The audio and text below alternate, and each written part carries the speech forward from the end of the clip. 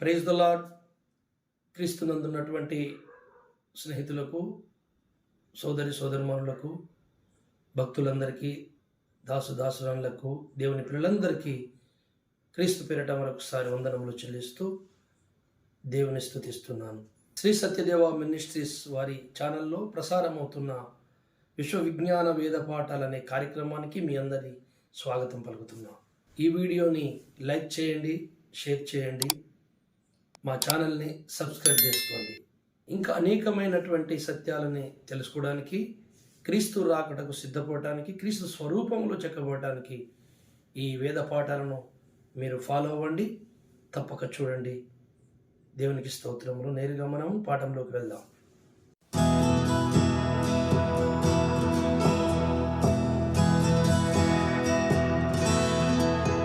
Hebrew రాసిన పత్రిక 5వ అధ్యాయము 7వ వచనాన్ని ఒకసారి చదువుకొని మనము దేవుని లేఖన కాంతిలోనికి ప్రవేశం చేద్దాం.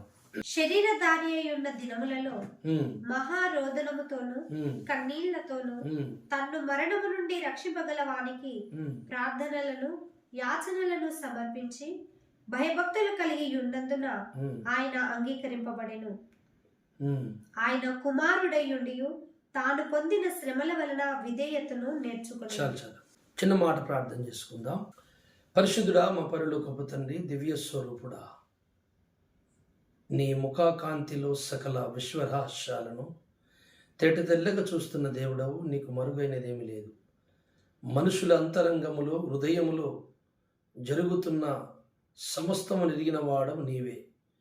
ప్రభువు, నీకు మరుగైనది లేదు. ఆదిహంతము లేని దేవుడవు.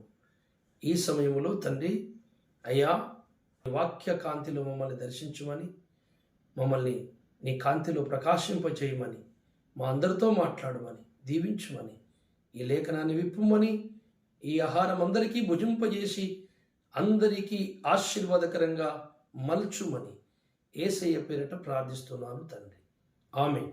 యేసుక్రీస్తు ప్రభుల వారు ఈ లోకమునకు వచ్చిన పని మీ అందరికీ తెలిసిందే. ఆయన వాస్తవానికి ఈ లోకములకు వచ్చినది పాపుల కొరకు తన ప్రాణం పెట్టుటకు. పాపుల కొరకు ప్రాణం పెట్టుటకు వచ్చినటువంటి వ్యక్తి నరుడుగా అవతరించి తను ఏమని ప్రార్థన చేస్తున్నాడు తండ్రికి అంటే, తనను మరణము నుండి రక్షించగలవానికి ఆయన ప్రార్థనలను యాచనలు చెల్లిస్తున్నాడు. మనము కొంచెం సేపు జాగ్రత్తగా ఆలోచన చేద్దాం. లేఖనాలలో దేవుని చిత్తము రెండు విధాలుగా ఉంటుంది. ఒకటి, ఆయన సృష్టి లోపలికి వచ్చి మాట్లాడేటప్పుడు ఆ సృష్టిలో జరుగుతున్న దాని దగ్గర దేవుడు స్పందించే విధానము, ఆ స్పందనలో తన కోపము, శిక్ష అమలు చేసే విధానం అంతా, ఈ అమలు పరిచే ఒక సిద్ధం ఒకటి ఉంటుంది. ఈ సిద్ధములో మనం ఆలోచించినట్లయితే దేవుడు నరుడుగా ప్రవర్తిస్తున్నట్లు, ఏదో అనుకోకుండా పొరపాటు అయిపోతే కోపం వచ్చి ఇలా జరుగుతుంది అనుకోలేదు.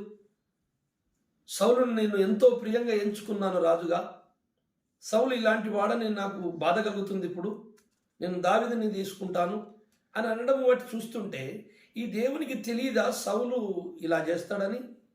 భవిష్యత్ ఎరిగిన దేవుడు సౌలు గురించి తెలియదా అనిపిస్తుంటుంది. అటు తప్పు చేసిన తర్వాత బాధపడడం ఏంటి అనిపిస్తూ ఉంటుంది. దేవుడా, ఆదాము తప్పు చేస్తాడని దేవుని తెలియదా? చేసిన తర్వాత నువ్వు ఇలా చేసావా, నాకు బాధ అనిపిస్తుంది అనడం ఏంటి అని మనకు అనిపిస్తూ ఉంటుంది. దేవుని అమలుపరిచే చిత్తములోకి వచ్చేసరికి మన ఆలోచనలు ఇక అక్కడ గజిబిజి అయిపోతాయి. అసలు ఏం జరుగుతుందో అర్థం కాదు. వాస్తవానికి దేవుడు ఈ సృష్టి, ఈ జగత్ని రవ్వంత పదార్థము కూడా చేయకముందు ఆయన ఒక నిర్ణయత చిత్తం ఉన్నది. అది తన మనో ప్రపంచంలో ఈ విశ్వలోకాలన్నీ చేసినట్టును, అందులో ఏమి జరిగిందో, ఆయన ఏమి ఎలా స్పందించాడో అంత ముందే జరిగిపోయింది. అది ఒక సిద్ధం. అందుకని దేవుడు అర్థం కావాలంటే ఈ రెండు సిద్ధములో ఏమనుకున్నాడో కూడా మనకు తెలియాలి. యేసు ప్రభుల వారి లోకమునకు వచ్చినప్పుడు తనను మరణము నుండి రక్షించగలవానికి ప్రార్థన చేశాడట. మార్క్సు వార్త 10వ అధ్యాయము 45వ వచనం ఒకసారి చదవండి. మనుష్య కుమారుడు పరిచారము చేయించుకున్నటకు రాలేదు కానీ పరిచారము చేయుటకును అనేకులకు ప్రతిగా విమోచన క్రయధనముగా తన ప్రాణము ఇచ్చుటకును వచ్చానని.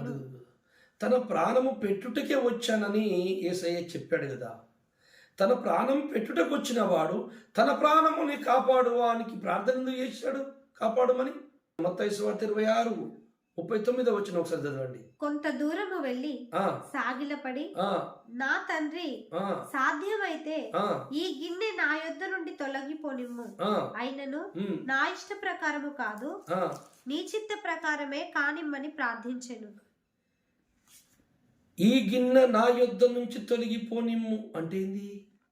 ఈ సిలువకేయబడే ఈ సిలువ శ్రమ, ఈ బాధ నా దగ్గర నుంచి తొలగించు తండ్రి అని అడుగుతున్నాడు.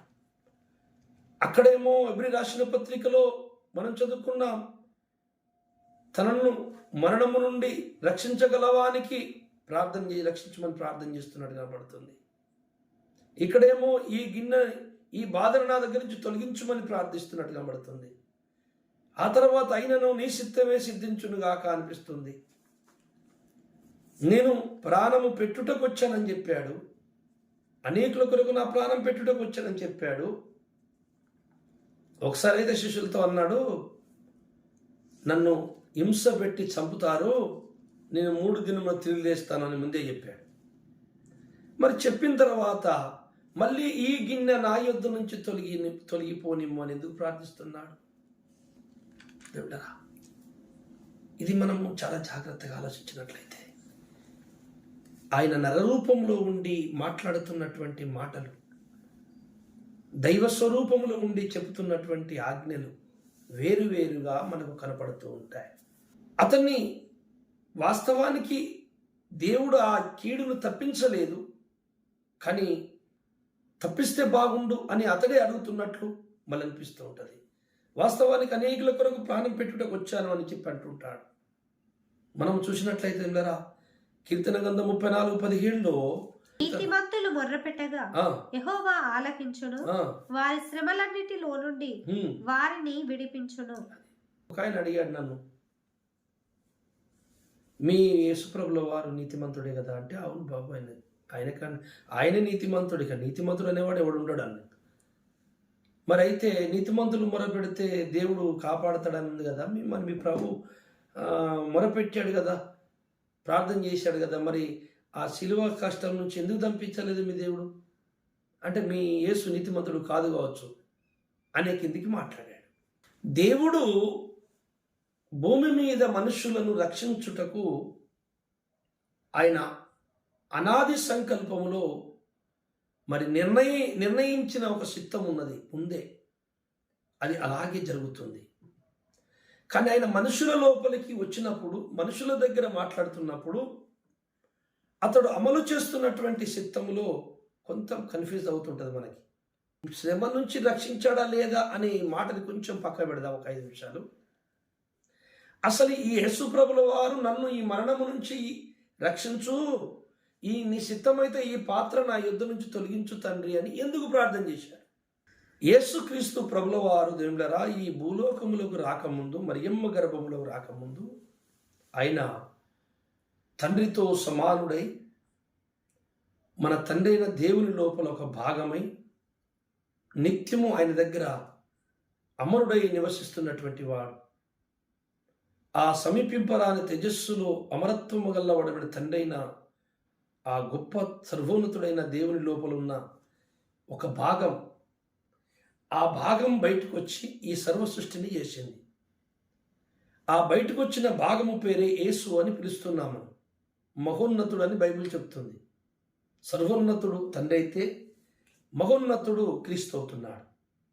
ఈ సకల జగత్తుని సృజించేటువంటి ఈ క్రీస్తు గొప్ప శక్తి క్షేత్రమై ఉన్నాడు. అనేక భాగాలుగా ఆయన మారి ఆయన చిత్తాన్ని నెరవేరుస్తున్నాడు. సమస్తం ఆయన నుండి కలిగను, ఆయన లేకుండా ఏదీ కలగలేదు. ఆయన నుండి వచ్చిన ఒక అంశనే అబ్రహాముని దర్శించిన మెల్కీసెదెకు. ఆయన నుండి వచ్చిన ఒక అంశనే ఈ భూమి మీద సకల ప్రవక్తలకు భక్తులకు కలిగి కనబడ్డాడు. ఆయన నుండి ఒక చిన్న అంశనే, ఒక భాగమే మరియమ్మ గర్భంలోకి వచ్చింది. కానీ ఏ భాగాన్ని చూసినా అన్నీ ఒకలాగే ఉంటాయి, డిఫరెంట్గా ఉండవు. ఒకే చిత్తం, ఒకటే సంకల్పం, ఒకటే దృఢచిత్తం, తన ప్రణాళిక ఒకటే, తన ఆలోచన ఒకటే. సో దేవుడు భూమి మీద మనుషులను చూసినప్పుడు మనుషులందరూ పాపులై చెడిపోయారు. నీతిమంతుడు లేడు, ఒక్కడు లేడు. అయితే దేవుడు ఈ లోకములోకి వచ్చినప్పుడు నరుడుగా రావాలి. దేవుడిగా వస్తే తన పని చేయలేడు, తను అనుకున్న పని చేయలేడు. వాస్తవానికి పాపులైన మనుషులను రక్షించడానికి దేవుడు అక్కడే కూర్చొని చేయలేడా అంటే చేయలేడు. ఎందుకంటే మనుషులు వాళ్ళు రోబోట్ బొమ్మలుగా, వాళ్ళకు స్వతంత్రం ఉంది. మానవులకు వారికి వారి ఆలోచించగలరు, చేయగలరు. అలాంటి సిద్ధము కలిగిన ఈ మానవులు దేవునికి ఉన్నటువంటి స్వతంత్రముగా ఏదైనా చేయగలిగే, తనను తను ఆలోచించుకుని చేయగలిగేటువంటి మానవులను రక్షించాలంటే అక్కడ కూర్చొని దేవుడు బలిమీటికి వారిని లాగడం కుదరదు. వారి పాపములు మానాలి.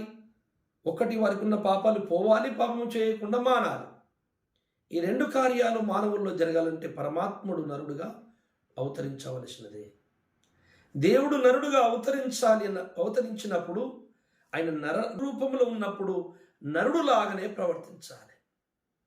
కనుక ఆయన అనేకులను రక్షించుటకు తన మహిమంతా అక్కడ పెట్టి తనను తను రిక్తునిగా చేసుకొని ఈ లోకంలోకి వచ్చిన లేఖనం సెలవిస్తుంది కదా. తనను తను రిక్తునిగా చేసుకొని ఈ లోకంలోకి ప్రవేశించాడు. అంటే దైవత్వం అంతా అక్కడ పెట్టేశాడు.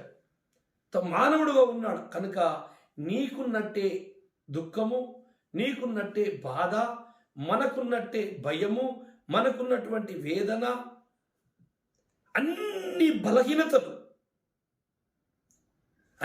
బలహీనతలు యేసు శరీరానికి కూడా ఉన్నాయి.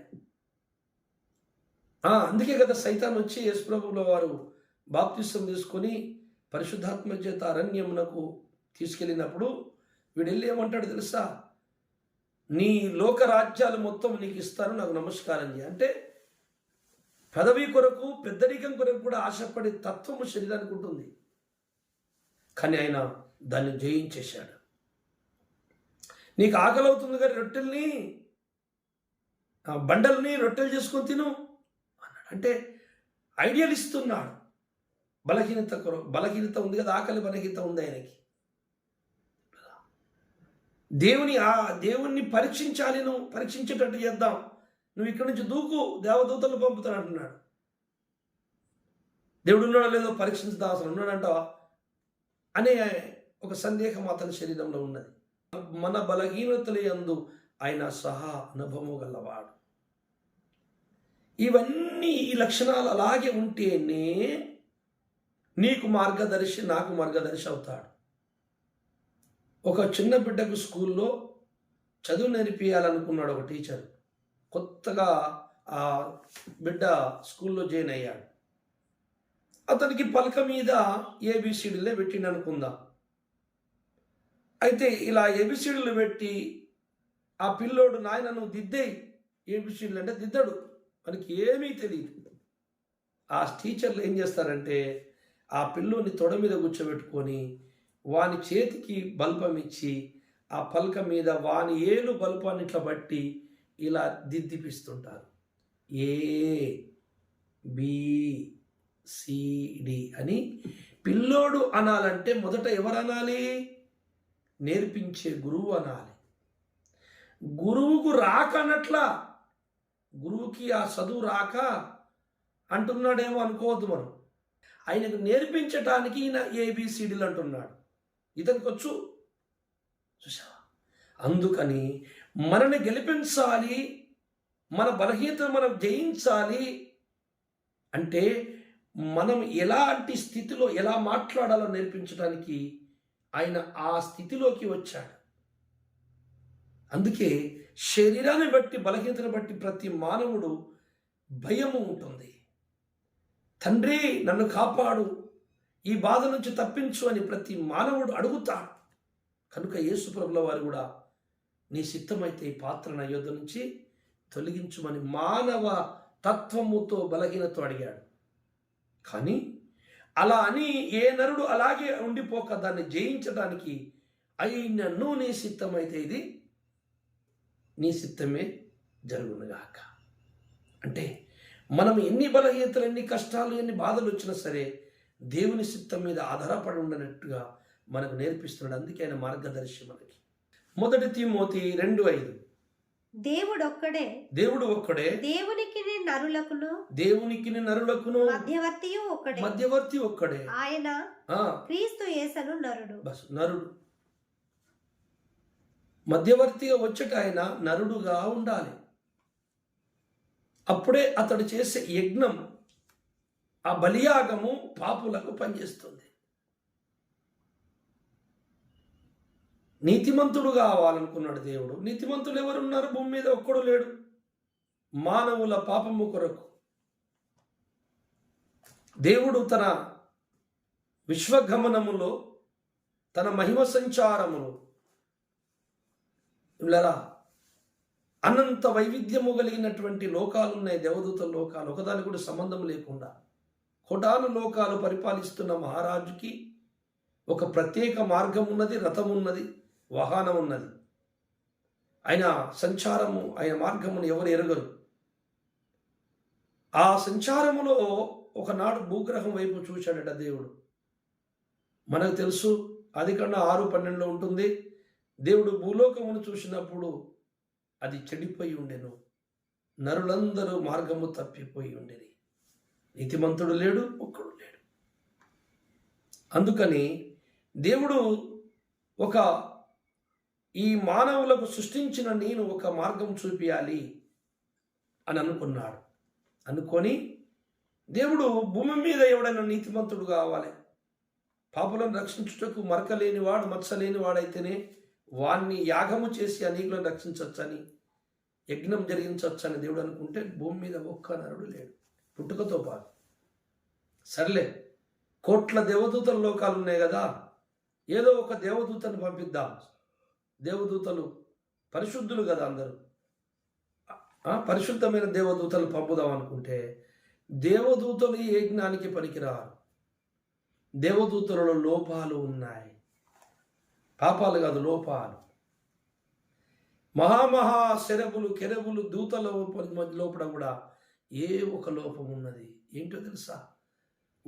వారి తండ్రి అయిన దేవుణ్ణి కానీ, వారిని కానీ, దేవుని పరాక్రమమును కానీ, దేవుని గమనమును కానీ, దేవుని తెలివితేటలను కానీ, ఆయన జ్ఞానమును కానీ ఎవడైనా తునికరించిన మాటన్నా వాడిని నరికి పోగులు పెట్టేస్తారు దేవదూతలు.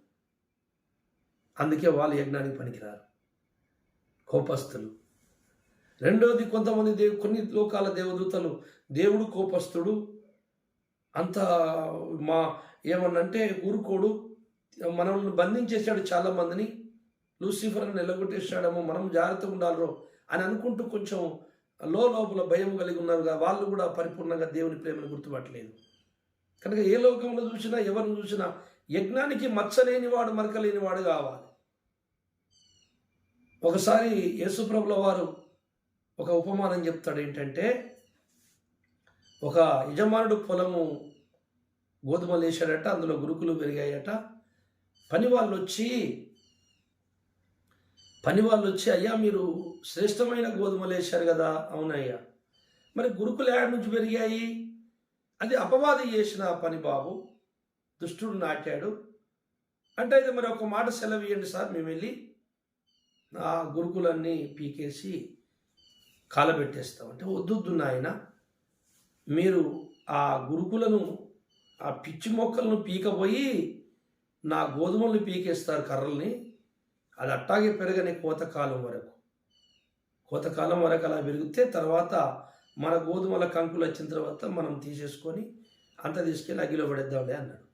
ఇది ఏంటంటే, పొలం, భూమి, గోధుమలు దైవ బిడ్డలు, విశ్వాసులు, గురుకులు అపనమ్మకస్తులు, దయ్యాలు, దురాత్మలు, వాటితో నడిపింపబడుతున్న మనుషులు. యజమానుడు దేవుడు, ఆ కోతగా అడిగిన వాళ్ళు దేవదూతలు. అదన్నమాట. అయితే దేవదూతలు ఏంటి? వాడు నాటుతాడా, మేము తీసేస్తాం అంటే, మీరు తీయద్దు, మీరు పనికిరారు నాయన దానికి, మీ కోపంతో ఉన్న మంచోళ్ళు లేపేస్తారు మీరు అని అర్థమే కదా. అవును. అందుకే దేవదూతలకు ఈ యజ్ఞం పని అప్పచెప్పితే ఏం చేస్తారంటే, వాళ్ళ కోపం వచ్చి మనుషుల్ని తుక్కు నరికి వెళ్ళిపోతారు. వాళ్ళ యజ్ఞం పూర్తి చేయరు. అందుకని ఎవరు కావాలి? ఏ లోకం ఎత్తికినా, ఏ జగం ఎత్తికినా, ఏ వ్యక్తిని ఎత్తికినా, ఏ దూతని వెతికినా, ఏ ప్రపంచమును వెతికినా ఈ యజ్ఞమునకు ఒక్క గొర్రెపిల్ల దొరుకుతలేదు. ఒక్క వ్యక్తి మచ్చ మరకలేనోడు ఒక్కడు లేడు.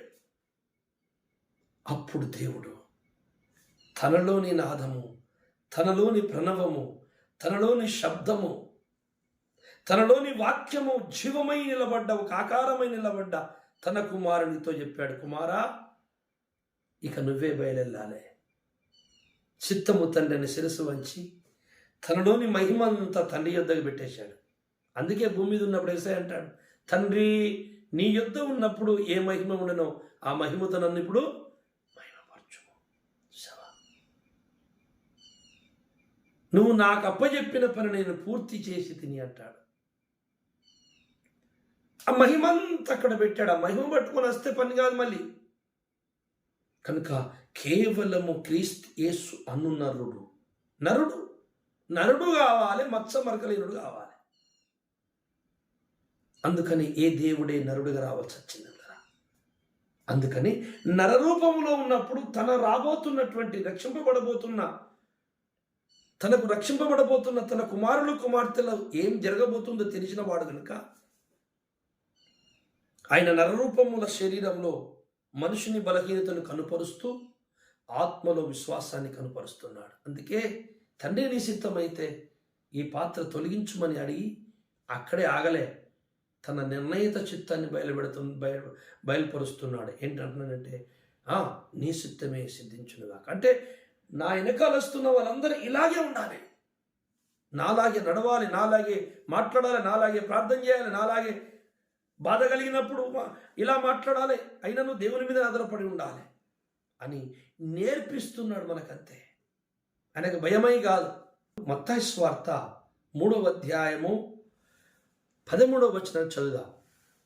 ఆ సమయమున యోహాను చేత బాప్తిస్మము పొందుటకు యేసు గలిలయ నుండి యొర్దాను దగ్గరనున్న అతని యొద్దకు వచ్చెను.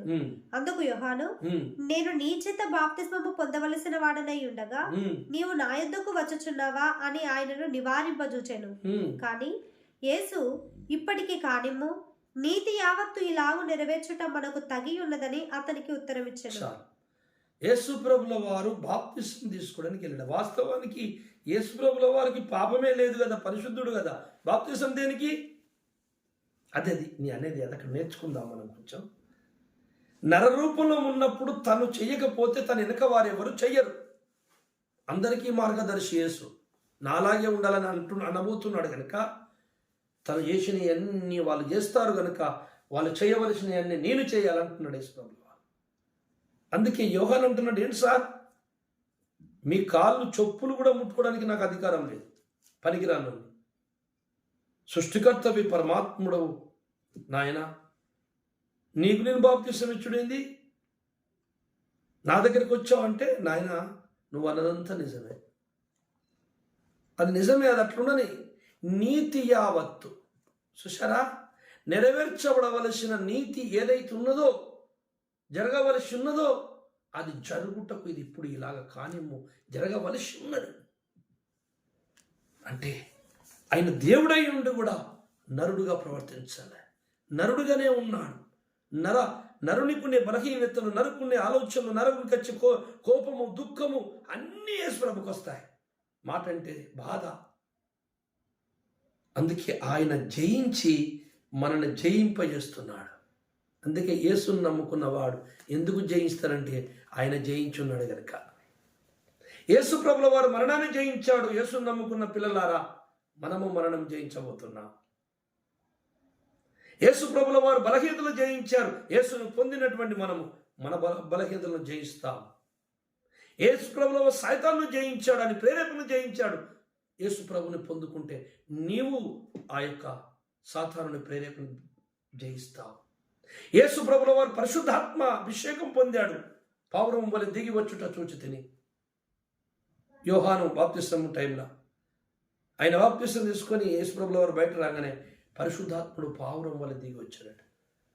ఇలాగున నీవు కూడా పరిశుద్ధాత్మ పొందవలసి ఉన్నది. పరిశుద్ధాత్మ సహాయముతో యేసు ప్రభుల వారు నడిచాడు. పరిశుద్ధాత్మ సహాయంతో తన భక్తులు నడవాలి. ఇవన్నీ భూమి మీదకి వచ్చి యేసు ప్రభుల వారు చేశాడు. ఆయన అన్నాడు, దేవుని మాట వలన మానవుడు జీవిస్తాడు. ఎస్, ఈరోజు దేవుని వాక్యం వలన మనం బ్రతుకుతున్నాం. ఇకపోతే నీతిమంతుడు మొరపెట్టగా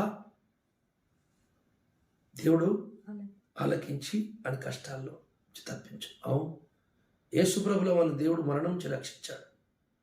అని సిలువకు వేయబడ్డాడు కదా, ఎప్పుడు రక్షించాడు? నో, యేసు ప్రభుల వారు నీతిమంతుడు. ఆయన మొరపెట్టాడు, తండ్రిని రక్షించాడు. ఎక్కడి నుండి నెరవేరింది చూడండి. అపొస్తలుల కార్యము 2వ అధ్యాయం 23వ వచనం ఒకసారి చదవండి. దేవుడు నిశ్చయించిన సంకల్పమును ఆయన భవిష్యత్ జ్ఞానమును అనుసరించి అప్పగింపబడిన ఈయనను మీరు దుష్టుల చేత సిలువ వేయించి చంపితిరి.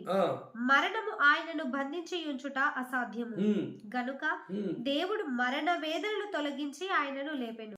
మనము చదువుకున్న 34వ కీర్తనలో నీతిమంతుడు మొరపెట్టగా ఆ దేవుడు ఆలకించును, అతని శ్రమలన్నిటిలో నుండి ఆయన రక్షించును. మీ యేసు నీతిమంతుడు అయితే రక్షించకపోయిన దేవుడు నెరవేరింది నిండులారా రక్షించాడు. నీతిమంతునికి శ్రమలు వస్తాయని ఉందడా? నీతిమంతునికి కలుగు శ్రమలు అనేకం. అంటే అత్తయ్య రావా? అత్తాయి. వాటి నుండి రక్షిస్తాడు. ఇప్పుడు యేసయ్యకు శ్రమ వచ్చింది, సిలువకేసి చంపేశారు. అయితే ఆ పాతాళ లోకం నుండి అతన్ని కాపాడాడు దేవుడు. నెరవేరింది లేఖనం. బంధించలేకపోయింది మరణం. హెబ్రీ 2:14 మనం ఒకసారి చదువుకుందాం. ఈ మరణం అంటే ఏంది అసలు? అది బంధించడం ఏమిటి? బంధించకపోవడం ఏంటి? ఒక వ్యక్తిని, ఒక ఆత్మని.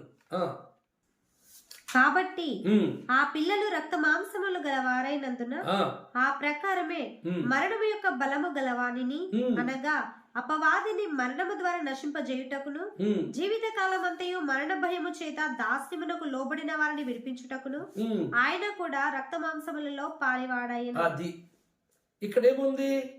మరణము యొక్క దాస్యమునకు లోబడిన వారిని విడిపించుటకు. మరణము ఒక బలము గలవాడు. చదవండి. మరణము యొక్క బలము గలవానిని.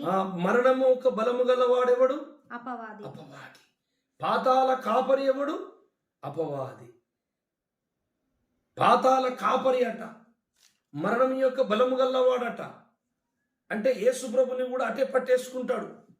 పాతాళంకి వెళ్ళినటువంటి యేసుప్రభు ఆత్మని కానీ పట్టలేకపోయాడు. ఎందుకంటే ఇతడు మరక మచ్చలేని పరిశుద్ధుడు. శిలువ మీద మరణము, ఆయన మరణించింది ఎవరి కొరకంటే అనేకుల పాపాలు తన మీద వేసుకొని శిక్షించాడు. పాపమునకు శిక్ష పడింది. పాపము వట్టిగా పోలే, మన పాపమునకు శిక్ష పడింది. యేసు మీద పడి కొట్టాడు. యేసు ఒక భుజముల మీద, వీపు మీద, శరీరం మీద మన పాపాలకు దేవుడు శిక్ష వేసి తన కుమారుని నలగొట్టితే అతన్ని తీసుకుపోయి అతడు పాతాళంలోకి వెళ్తే పాతాళములో అందరినీ పట్టుకుంటున్న మరణం అనే ఆ సాతాను యేసు ప్రభుని పట్టుకోలేకపోయాడు. మరణము నుండి రక్షించగలవానికి ఆయన ప్రార్థన చేసింది. ఇదే మరణం. ఈ 2వ మరణము ప్రకటన గ్రంథంలో ఉంటుంది. మొదటి మరణము శరీర మరణము, 2వ మరణము నరకం అని ఉంటుంది.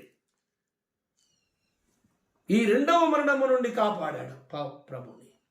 మొదటి మరణము అది పొందవలసి ఉన్నది అనేకులను రక్షించుటకు. అందుకే యేసును నమ్ముకున్న ప్రతి వ్యక్తి, అంటే నమ్ముకోవడం అంటే యేసుని పొందుకోవడము, యేసుతో నడవడము, యేసే నాకు సర్వస్వం అని బతకడం, ఇలాగ తీర్మానం చేసుకున్న ప్రతి నరుడు, ఈ భూమి మీద యేసుతో నడిచిన ప్రతి నరుడు పాతాళ లోకము నుండి పోడు అసలు. ఎందుకంటే ఆయన పాతాళమును జయించేశాడు. డైరెక్ట్ పరదేశకి వెళ్ళిపోతాడు. ఆ తర్వాత యేసు ఇప్పుడు మళ్ళీ రాబోతున్నాడు. వచ్చినప్పుడు ఆ పరదేశంలో ఉన్న నీతిమంతుల ఆత్మలు భూమి మీద ఆయన వచ్చినప్పుడు ఉంటున్నటువంటి నీతిమంతులైన వ్యక్తులు, దేవుళ్ళరా వీళ్ళందరూ వీళ్ళేమో బతికున్నోళ్ళు మార్పు చెందుతారు. అప్పటికే చనిపోయి అక్కడ ఆత్మల రూపంలో పరదేశంలో ఉన్న వారిని పట్టుకుని వస్తాడు యేసయ్య. వాళ్ళు సమాధుల్లోకి వెళ్ళి వారి వారి శరీరాలను మట్టి నుండి మళ్ళీ దాల్చుకొని మహిమగా మారి పునరుద్ధానులు అవుతారు. వీళ్ళు ఏకమై పరదేశకి వెళ్ళిపోతాం, వాళ్ళ మధ్యాకాశానికి వెళ్ళిపోతాం. అక్కడ ఒక విందు జరుగుతుంది. అది ఒక గొప్ప ఆహ్లాదకరమైన సన్నివేశం. అది వర్ణనాతీతమైనది, అది అగోచరమైనది, అది అందరికీ అర్థము కానిది. ఓ గొప్ప ఆనందము, శాశ్వతమైన ప్రేమలోకి మనం వెళ్ళిపోతున్నాం. మా పాపములకై బలి అయినావు, దూరమైన మమ్ముల చెరదీసినవయ్యా. మా పాపములకై బలి అయినావు, దూరమైన మమ్ముల చెరదీసినవయ్యా. ఈ మంచి లేని మాపై ఈ ప్రేమ వెదజల్లినావు మా యేసయ్యా. ఏ మంచి లేని మాపై ఈ ప్రేమ వెదజల్లినావు మా యేసయ్యా. యుగములలో తరాలలో మరుగైన దేవా మా యేసయ్యా. మన పాపములకై బలి అయినవాడు, మృతులైన మమ్ముల బ్రతికించుటకై మరణపు ఊబిలో అడుగెట్టినావు. మృతులైన మమ్ముల బ్రతికించుటకై మరణపు ఊబిలో అడుగెట్టినావు. మనల్ని రక్షించటానికి అతడే మరణపు ఊబిలో అడుగుపెట్టాడు. పాపము లేని ఆయన పాపముగా చేయబడ్డాడు నీ కొరకు. పాపభారము తన మీద వేసుకున్నాడు. అందుకే నరరూపములో ఉన్నప్పుడు నరునికి సంభవించిన బలహీనతలన్నీ ఆయన అనుభవించాలి. ఆ నరుడు జయించలేనివన్నీ అతడు జయించాలి. అప్పుడే అతడి రక్తము యజ్ఞమునకు పనిచేస్తుంది. అందుకని యేసుప్రభుల వారు శిలువ యజ్ఞానికి ముందు భూమి మీద ఇవన్నీ సమాప్తం చేశాడు. మనము చెయ్యలేనివన్నీ చేశాడు. మన ఓడిపోయినవన్నీ జయించాడు. అందుకే భయము కూడా మన లోపల ఉంటుంది. తండ్రి నన్ను బ్రతికించమని అడిగాడు, ఆయనను నీ సిద్ధమని ఆధారపడ్డాడు. మనం కూడా అలాగే చేయాలని, మనం అలాగే ఉండాలని. మనకు అలాంటివి వస్తాయని ముందు తెలుసు ఆయనకి. భయపడతారు నా బిడ్డలు, భయం అనేది వారికి ఉంటుంది. ఆ భయాన్ని నేను నా లోపల కూడా చూపించుకొని దాన్ని జయించి వారిని జయింపజేస్తా అని దేవుడు బిడ్డలా మనందరినీ రక్షించుటకు చేసిన ఈ గొప్ప యజ్ఞాన్ని బట్టి మనం ఎంతగానో దేవునికి రుణపడి ఉన్నాం. లేఖనము నెరవేరా, శిలువ మీద లేఖనము నెరవేరింది. హెబ్రీ రాసిన పత్రిక 10వ అధ్యాయం 12వ వచనం చదువుకుందాం. ఈయన అయితే పాపముల నిమిత్తమై సదాకాలం నిలుచు ఒక్క బలిని అర్పించి అప్పటి నుండి తన శత్రువులు తన పాదములకు పాదపీఠముగా చేయబడి వరకు కనిపెట్టుచు దేవుని కుడి పార్శ్వమున ఆసీనుడాయను. సదాకాలము నిలుచున్నట్టి బలి ఒకటే అర్పించాడు. పాతకాలములో ధర్మశాస్త్ర ప్రకారం బలులు ఏటేటా గుర్తొచ్చేవి వారి పాపాలు. ఇక్కడ యేసును నమ్ముకున్న వానికి పాపాలు సదాకాలం. అందరు ఎంతమంది ఉన్నారు అంతమంది కొరకు యేసు రక్తం రెడీ ఉన్నది. యేసు రక్తము ఒడిసేది కాదు. రేపు ఎవరన్నా బాప్తిసం తీసుకుంటే యేసునందు వెంటనే పరలోకములో యేసయ్య చేతుల నుంచి ఒక చుక్క రక్తం అతని కొరకు కార్చబడుతుంది. యేసయ్య గాయాలు అయిపోయినాయి, పొందాడు, ఇప్పుడు మంచిగా ఉన్నాడు అనుకుంటున్నారు అందరు. లేదు, చివరి సువార్త మర్మము కడబూర మ్రోగి సువార్త మర్మము ఆగిపోయే వరకు, చివరి విశ్వాసి రక్షింపబడే వరకు యేసయ్య రక్తము కారుతూనే ఉంటుంది. అందుకే మనం బతుకుతున్నాం. ఆ యజ్ఞస్వరూపుడు ఇంకా రూపాన్ని వదులుకోలేదు. ఆ యజ్ఞ రూపం మీకు అలాగే ఉంది. ఆ గాయములకెళ్ళి రక్తం వస్తూనే ఉంది. అనేకులు రక్షింపబడుతూనే ఉన్న రక్తం అయిపోతలేదు. అది అవదు. ఇలాంటి విశ్వాలు కోట్ల విశ్వలోకాలు వచ్చిన యేసయ్య రక్తం ఇంకా ఉంటుంది. సువార్త మర్మం ఆగిపోతుంది, యేసయ్య రక్తం ఆగిపోతుంది. ఎందుకంటే రక్షింపబడేవాళ్ళు లేరు. సో ఈలోగా ఎవరెవరు యేసయ్యను నమ్ముకోవాలో, ఎవరెవరు నమ్ముకోవాలనుకుంటున్నారో అందరూ రావాలి. అందరి కొరకు యేసు రక్తం రెడీగా ఉంది. నిమ్మరా ఆయన చేసిన ఈ మేలులు మనం ఎప్పుడు మర్చిపోవద్దు. యేసయ్య రక్తములో కడగబడిన వాడు, యేసయ్య గుణములు రావాలి. నువ్వు ఒక తండ్రికి పుడితే తండ్రి గుణాలు రావాలి కదా. పంది పిల్లలను పందులు అంటారు, కుక్క పిల్లలను కుక్కలు అంటారు, కుందేలు పిల్లల్ని కుందేళ్ళు అంటారు. మరి యేసు పిల్లల్ని చిన్న యేసులు అనాలి. అంటే చిన్న యేసులాగా ఉండాలను, చిన్నపాటి యేసు క్రీస్తురాయుడు అనాలి. అంటే ఆయనకున్న రూపము, క్రీస్తు స్వరూపము నీకు రావాలి. అది ఒకటేసారి రాదు. అందుకే నీకు టైం ఇవ్వబడుతుంది. నువ్వు దినదినము వాక్యము చదువుతూ, వింటూ, నేర్చుకుంటూ, దిద్దుకుంటూ వెళ్ళాలి. సంఘం అంటేనే తన్ను దిద్దుకునే బొమ్మ. సంఘం అంటే తన్ను సిద్ధపరచుకునే, దిద్దుకునే బొమ్మ. ప్రకటన గ్రంథంలో తన్ను సిద్ధపరచుకున్నది ఆ పెళ్లి కుమార్తె అని ఉంటుంది. ఆమెను ఎవరు సిద్ధపరచలే. ఈ భూలోకంలో ఒక పెళ్లి బిడ్డను తయారు చేయాలంటే అనేక మంది మనుషులు కడుగుతారు, స్నానం పోస్తారు, తయారు చేస్తారు. కానీ పరలోకపు కన్యకను ఎవ్వరూ తయారు చేయరు. ఏ బ్యూటీ పార్లర్ అవసరం లేదు. వాక్యమే వారికి సర్వం. కనుక తనకు తనే సిద్ధపరచుకోవడం అంటే తన్ను దిద్దుకుంటున్న బొమ్మ అని. అందుకే నేను తయారవ్వాలి యేసు రూపంలో. యేసయ్యతో పెళ్లి జరుగుద్ది, లేకపోతే జరగదు. యేసయ్యతో పెళ్లి కాబోతున్న జనములో నువ్వున్నావా, నేనున్నానా అని ఇప్పుడు మనం పరీక్షించుకుందాం. యేసయ్యను బలహీనుడు, ఆయన ఏదో బలహీనతలో తండ్రి నన్ను రక్షించమంటే ఆయన శాతగారని అనుకోవద్దు. నిన్ను రక్షించడానికి అలా అడగాల్సి వచ్చింది. నిన్ను చివరికి అంటాడు శిలువ మీద, తండ్రి సమాప్తమాయను. ఏం సమాప్తమైంది? అసలు అక్కడి నుంచి స్టార్ట్ అయింది కదా సినిమా, రక్షణ పొందే సినిమా. అంటే రక్షణ పొందేది భక్తులది సమాప్తం కాలేదు. నువ్వు నాకు అప్పచెప్పడానికి ఏ పనికి పంపావో, నా కుమారుడా ఎవరు వచ్చిపోయేటట్టు లేరు, ఎవరు పనికిరారు, వెళ్తావా అంటే సిద్ధం తండ్రి అని వెళ్ళావు కదా, వచ్చి పంపించావు కదా, నేను వచ్చాను కదా. నువ్వు అనుకున్నట్టు ఒక్క కోపము చూపించలేదు, అహంకారం చూపించలేదు, గర్వం చూపించలేదు. సృష్టికర్తను నా మీద ఉంచుతావు రాను అని ఇట్లా చూస్తే మాడి మసి అయిపోతుంది లోకం. అయినా చూడలేదు, తుడుచుకున్నాను తండ్రి. దెబ్బలు కొట్టినా సహించాను తండ్రి. అవమానాలు, పిడిగుద్దులు ముఖం మీద గుద్దారు తండ్రి. శిలువ కోసి కొడితే విలవిల కొట్టుకున్నాను తండ్రి. మానవ శరీరం కదా, మాకు ఇంత ఘోరంగా ఉన్నది తండ్రి, కొట్టుకున్నాను. ఇప్పుడు శిలువకేసి కొట్టారు, నా ప్రాణాలు పోతున్నాయి. ఇక ఇక్కడి వరకైతే ఓకే, నువ్వు చెప్పిన పని అంతా పూర్తి చేశారు. అందుకే సమాప్తమాయను.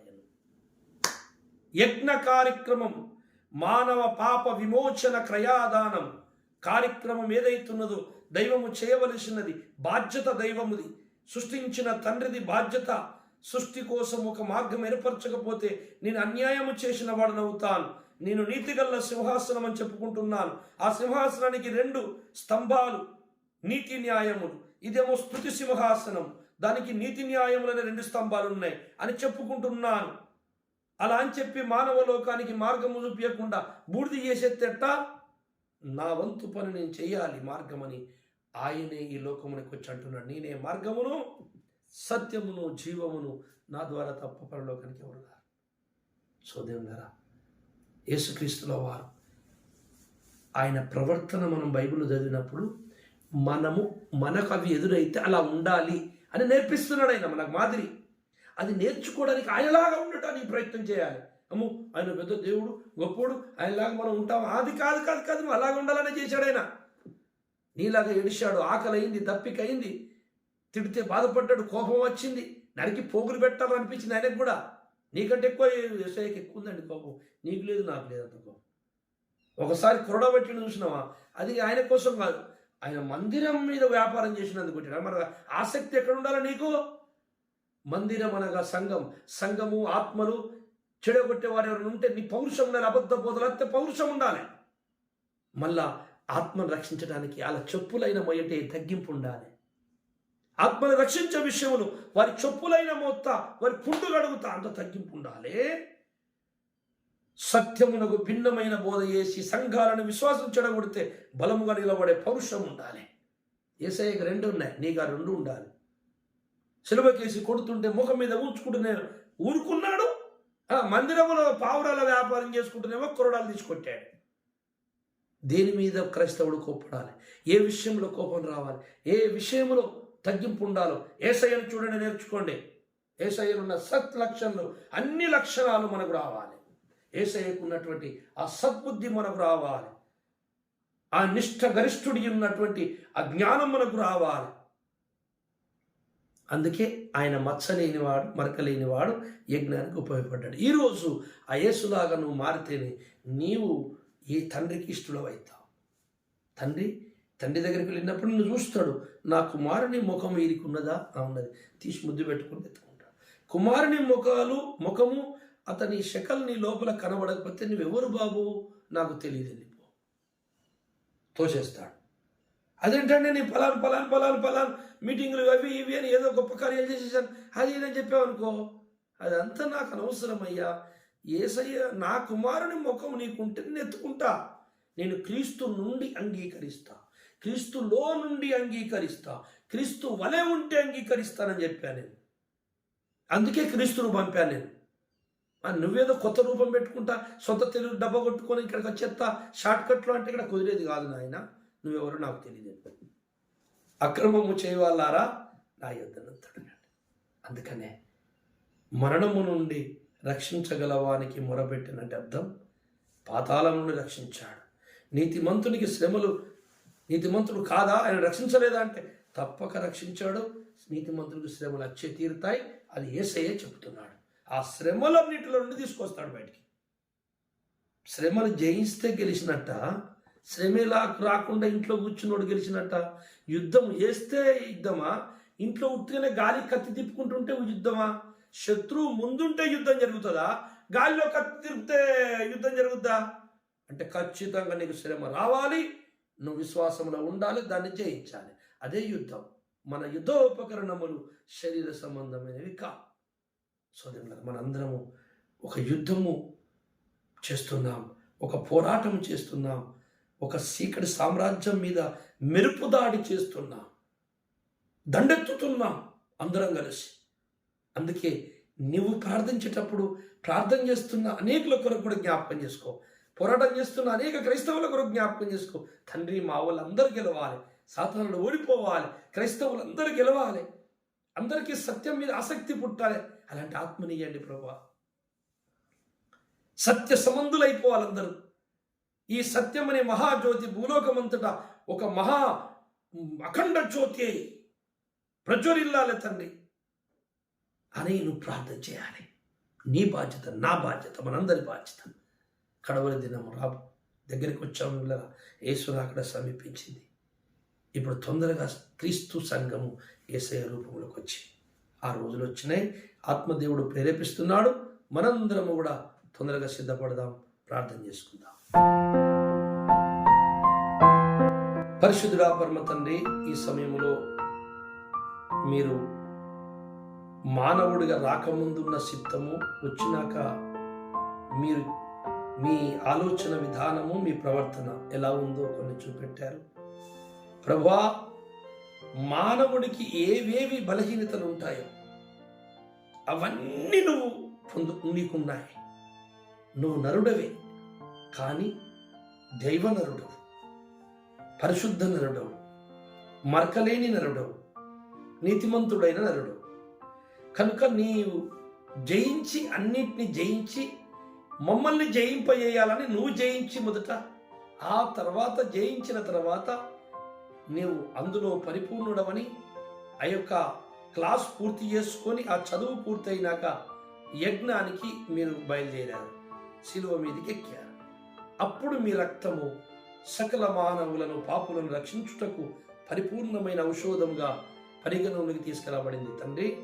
తండ్రికి అలా సిద్ధమైనది కనుక జరిగించారు తండ్రి. నీకు వందనాలు, స్తోత్రములు.